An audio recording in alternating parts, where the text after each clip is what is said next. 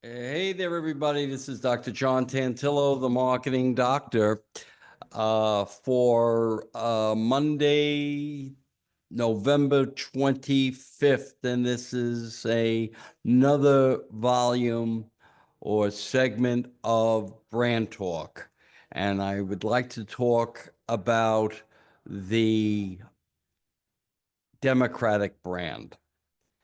As you all know, I was a Democrat until this last period where I did something that I thought I would never do, and that is become a Republican. I thought that I would be an independent, but I just wanted to have some input in primaries. And so what I did is I became a registered Republican. I'm living now in Arizona, and it's pretty active out here. And I wanted to have some input as to who would, in fact, be involved in the general election. Well, let me tell you a little bit about the Democratic brand. Um, the Democratic brand, as I know it, no longer exists.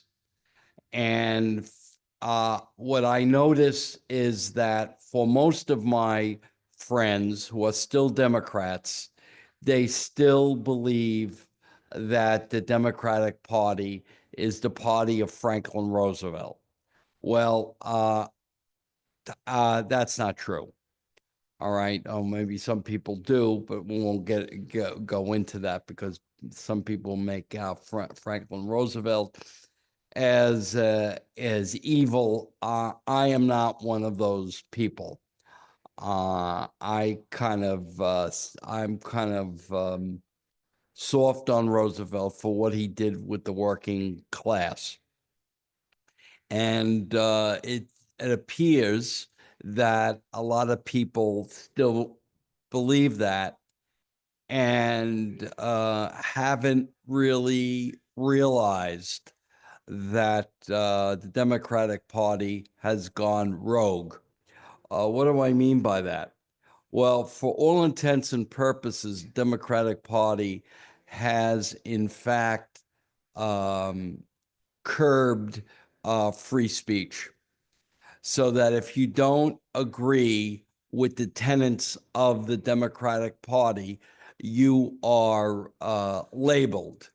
So if you do not believe in, and I say believe in because I don't, I think the data is still out there, and I recommend you watch a video called um, uh, a climate conversation. It's on YouTube, and if you email me, I'll give it to you. But the problem is that there is no debate as to whether or not there's global warming, okay, or climate change. It's just an assumed fact. And the problem with that, and if you don't adhere to that, you are a denier. Okay. And this is a great illustration of how science is used by the left to demonize anyone who disagrees with them. And it's just absolutely crazy. For you to be a true intellectual, one is always skeptical, which means one is always collecting data. And the problem with the global warming narrative, as we know it, is that if you are an academic and you show in your research any sort of crack in that narrative of climate change, you'll never get published. Furthermore, if you don't believe in climate change, you will not get tenure. So that the gig is rigged. All right. Now, if you are a true scientist, you are skeptical. And as I used to like to say, there are two ways in science of committing an error. ERROR, an error, a mistake. One is what you call a type 1 error, which is making up significance, or in this case, saying that there is global warming when in fact there really isn't, and a type 2 error, which is missing significance, which is saying that there isn't global warming when in fact there really is. In the old days, when I first got my doctorate and I was studying experimental design, the worst thing that you could do, all right, was to commit a type 1 error of saying a phenomena exists when in fact it really doesn't. Could never do that. But today, the youngins, anybody under the age of 60, they label you as a denier, or worse yet, a right-wing nut job or a right-winger, without looking at what is very important in science, which is bias. We don't talk about bias today at all, okay? In the old days, it would, a lot of discussion would in fact be centered around bias. And that's why there were what we used to call double-blind studies, especially with drugs or pharmaceuticals, where even the researchers did not know whether or not that it was in fact the drug or the experimental group or the control group given the placebo, because any sort of indication communicated by the researcher could distort the data. Well, today that's out the window.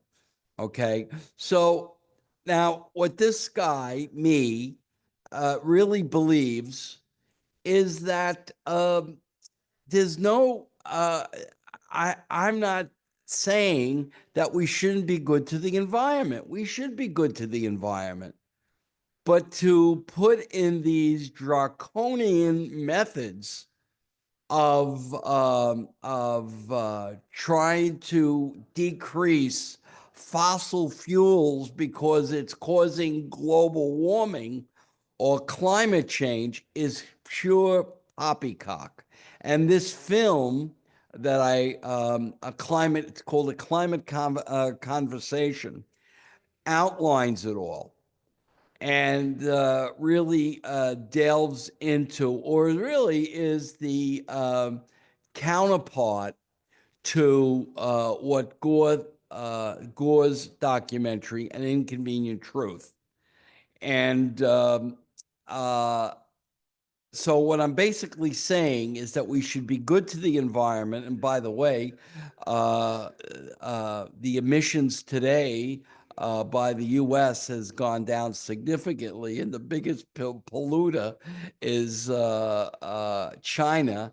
And if it's only the United States reducing carbon excess, it's not going to do anything. But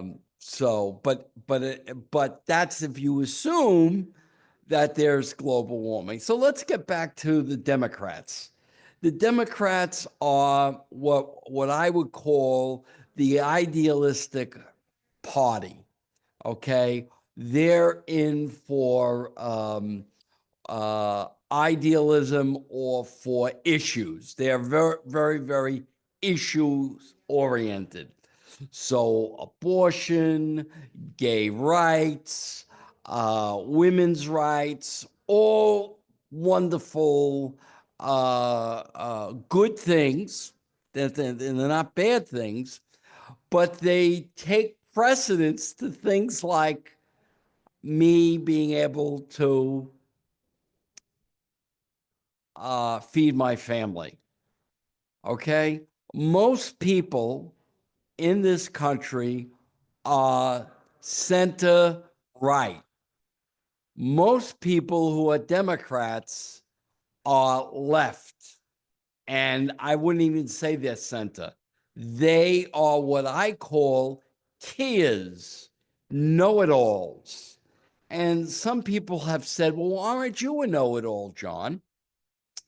And I would have to say no, because what a know-it-all is, he knows or she knows everything, and there's no talking to them. So you present the data, and you can't talk. No, I'm right, you're wrong. And that is their problem. And as long as they are what I would call know-it-alls, they will continually lose elections because the issues that they are focusing on don't really apply to most Americans. Okay? Big, big, big problem. All right? If you're going to win elections, you have to understand the marketing concept. It's not about you, it's about other voters. Okay? If you, and here's something very simple, if you're a lefty or you're liberal, you're in the minority. And the more you spin, well, I don't care if I'm in the minority, I am correct, you will lose. And why you think I'm wrong? Take a look at this last election. And the reason that Democrats had won in the past is because Republicans were arrogant in their own way and didn't do what I call intelligent um, politics, okay, which is the ground game and organizing. And now that the Republicans have done that and have also upped their ante with having lawyers litigate before the election rather than after the election, the Democrats have now been neutralized. So that the elections that you see now, I would predict you'll see a larger and larger distance between Democrats and what I would call independents slash Republicans. I'm not saying that the Republican Party will get all of the Democrats, but I will say that the Republican Party platforms will, in fact, attract independents. And you take, for example, abortion. I am one of those people that believes that women should have the right to choose for themselves abortion. However, I am like the majority of the world that believes that there should be some um, uh, cutoff points so that one is not really killing a baby. They're really killing, oh, I shouldn't say killing, eliminating a fetus. So that should be up to the mother, and nobody should judge that poor mother or that poor woman who's going through enough. That's between her mother and I'm sorry, that's between the mother of the fetus or the baby and God and the physician. So that's the way I feel. I understand protecting the life of the child, but I'm realistic. You really can't do that today. You can't legislate, and that's where I guess I'm a libertarian, what people should and should not do other than kill people. You shouldn't kill people, and that's probably an argument for having abortion, but I'll put that aside, and we'll leave it at that. Now, in this last election, abortion was not the issue because it was perceived by most women that Trump really wasn't coming for the rights of women, except for the ultra left. And they thought that the economy was much more important. And this also includes gay rights, so that Donald Trump is not against gay rights. The propaganda from the left perpetuates this, but it's just not true. And as evidenced by the fact that uh, the new Treasury person is gay and is openly gay, and he's part of the Trump uh, administration right now. And of course, there's Rick Grenell. I mean, I could go on and on.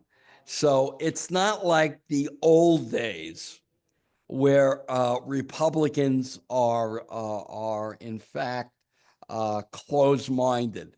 As a matter of fact, Trump's cabinet, if anything, is more diverse than any cabinet that has ever been in existence. And the difference is that this cabinet has the necessary qualifications as to being a DEI hire.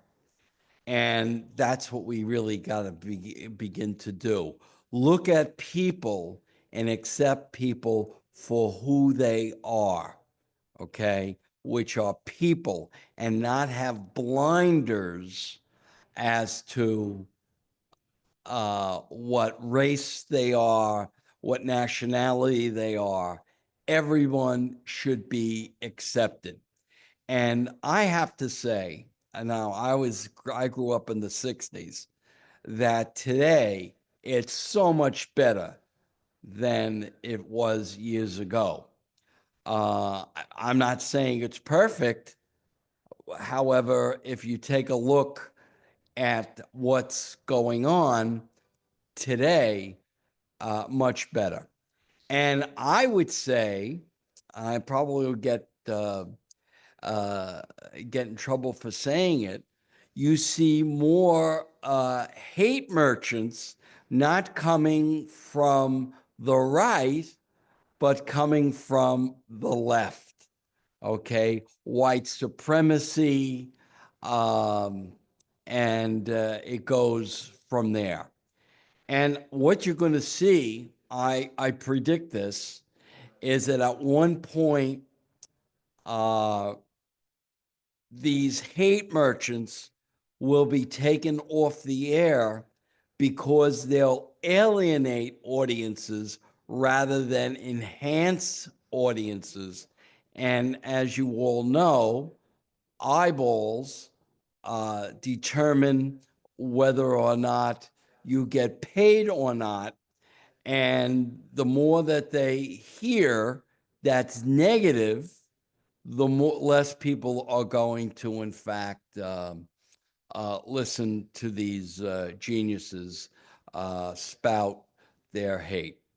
So the Democrats are going to have to lose a few elections, and I predict they're going to lose in 2028 because the people that I hear running as Democrats, Newsom and Shapiro, I just don't think understand that uh, more people disagree with their politics than agree with their politics.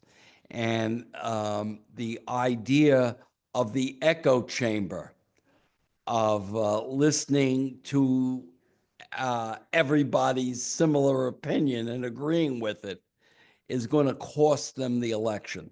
So I predict that this is my prediction, 28, they lose, depending on how good the Republicans put a candidate up in 28, they can lose 32 and maybe 36 after they get rid of, purge all of these lefties and put more fair and balanced politicians in there. That's when they have a chance. So 36 is when I see the Democrats coming back. Also think that the Democrats are the elitist party, and elitist mean it's the way you think. So I have a lot of blue collar friends who still hold on to their perception of what a Democrat means, and it's nothing like that. So if you're in for maintaining your rights as an individual, I don't think there's a contest between the Republicans and the Democrats. Sorry. Now you can give me past perceptions of Republicans in the old days where they were the country club class, but Donald Trump smashed that. And so there's a whole new group of of Republicans that are now within the party, and one of them is J.D. Vance. And what you got to do is you can't listen to the propaganda. Okay. In the years to come, you have to listen to podcasts uh, from every point of view. You have to listen to the more conservative airwaves, and you should listen to the mainstream media, but they are going to be significantly reduced, and they're going to be more like the media of Walter Cronkite and Edward R. Murrow than they are of this current crew who are apologists for the left. Okay, so they'll be more into letting you make up your own mind. So that's the way I kind of see it. Um, I, um, I also think that the perception of the Democrats is that they have positioned themselves as the issues party slash minority party slash non-governing party. Okay. They just don't know how to, in fact, govern. They're on the wrong side of the issue. They're on the wrong side of immigration, which the Republicans have a more what I would call more rational approach, where we're not against immigration. They just have to come here the right way, and it's all a matter of moderation. You know, I mean, if you're not a moderate, you get, if and it comes to food, you become overweight, you become bloated. If you're not a moderate, when it comes to your health, you're going to die sooner. And so in politics, if you're not a moderate, and you could be a moderate slant left or a moderate slash right, but you got to be a moderate. And what does a moderate mean? It means looking at the other person's perspective and coming up with a compromise.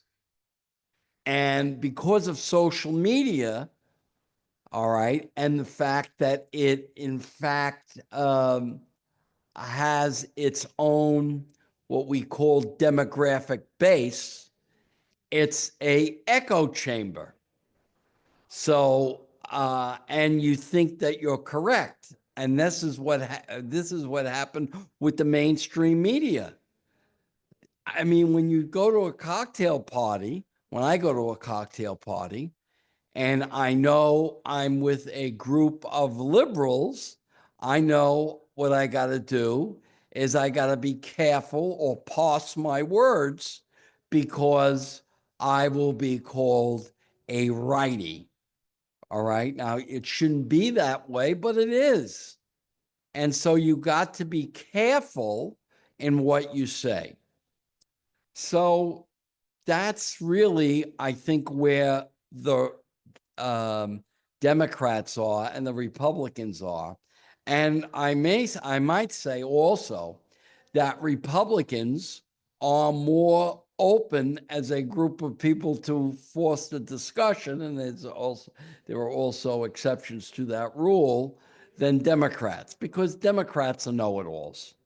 Okay, Kias. All right, I just had a dear friend of mine try to gaslight me. Oh, John, I wish you wouldn't use the word Kia because Kia means killing in action, and you are demeaning when you call it know-it-all. Don't give me that crap. All right, don't give me that nonsense. Okay, you don't like me using the word Kia, toughen up. All right, I'm using it. If you don't like what I have to say, defriend me. And she defriended me. I don't care. All right. I am not going to put up with somebody trying to gaslight me or make me feel inferior for what I think. Thank God for my parents, for especially my mother for that part, for opening up her big mouth and standing on certain positions. And that's the way I am. And if you like me, good. If you don't like me, that's fine. I'm tough enough. I'm 73 years old. I'm tough enough to take it and open enough to accept all points of view. So I may not agree with it, but I don't necessarily agree with it. All right.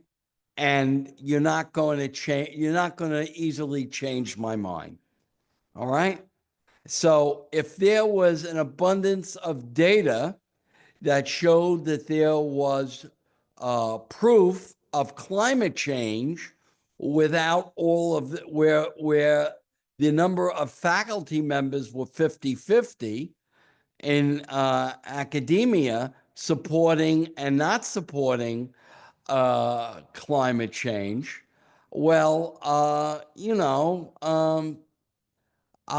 I would have to change my mind. But that's really not the case. And isolated instances, okay, is not the scientific method. Cherry picking results or phenomena as supporting one's point of view, e.g., the number of hurricanes, all right, that there were.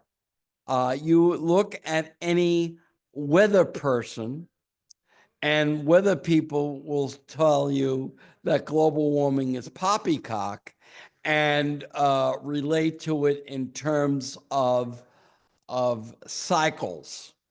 But when you talk to the climate geniuses, which are the physicists and the astrophysicists and all those geniuses, okay, and what they have hit the golden fleece because all of their research today is subsidized by the government and left-wing governments which support global warming and all of that. So all I'm trying to say is that I am not convinced that there is, in fact, climate change. And I'm willing to see the data. I am what a good scientist should be, a skeptic. And a skeptic is what one must be. One must not be a theologian, as in the theology of climate change. And that's the difference between, I think, Democrats and Republicans. They believe in the theology of being a Democrat, all right? And they have replaced that from a belief in God. So most Democrats, for all intents and purposes, are not believers, and their belief is in science. And I totally agree, just as long as when you're using science, you know your bias. And that is not taught enough in science courses today. Okay, one's bias, and that was I learned that when I was a Franciscan brother by my great professor, Dr. Louis Primavera, who taught me and taught our class the importance of being unbiased when doing research. All right. What you got to do is you got to look at where the data points and then make a determination as to what the phenomena is. I'm going to get into something here which which is a little uncomfortable, and you just gotta be very careful on how you parse this and interpret this. Many years ago, there were a group of psychologists that basically, I think his name was Murphy. That basically said that Black people had significantly lower IQs than white people. And that you could not say. Or if you said that men scored higher in math than women, you couldn't make that statement, even though the data showed it was true. Now, my take on that is you really probably still shouldn't say things like that, but to be upset about it when that's what the data shows, as opposed to asking the question, well, how can we change that? Okay. And remember that data was like 20 or 30 years of age, old. I don't think that data is shown up today, and that's a whole field called individual differences that psychologists used to make. And if you were a Democrat, you can't make those kinds of statements. And if you're a Republican, you don't really like to make those statements for fear of you being branded a racist. But what happens if the data is true? I think you got to be very, very careful on the generalizations that you make, and that you can't say that that black people are this or black people are that or white people are this or white people are that. It's just not right. Okay. So, and I think the Republicans' position there is let's choose people not based on demographic, but based on qualifications. And that to me is great. And that's why I left the Democratic Party and became a Republican, and why I think and the jury is still out, why I think Trump will become the greatest president that we have ever seen, because he really tries in he really tries in changing things for the better. I know a lot of people might not agree with me on that, but let's see. It's a it's um, a work in progress. So, with that said, this is Dr. John Tantillo, the marketing doctor, saying go brand yourself, and remember to look up BrandTalkk, another way to talk.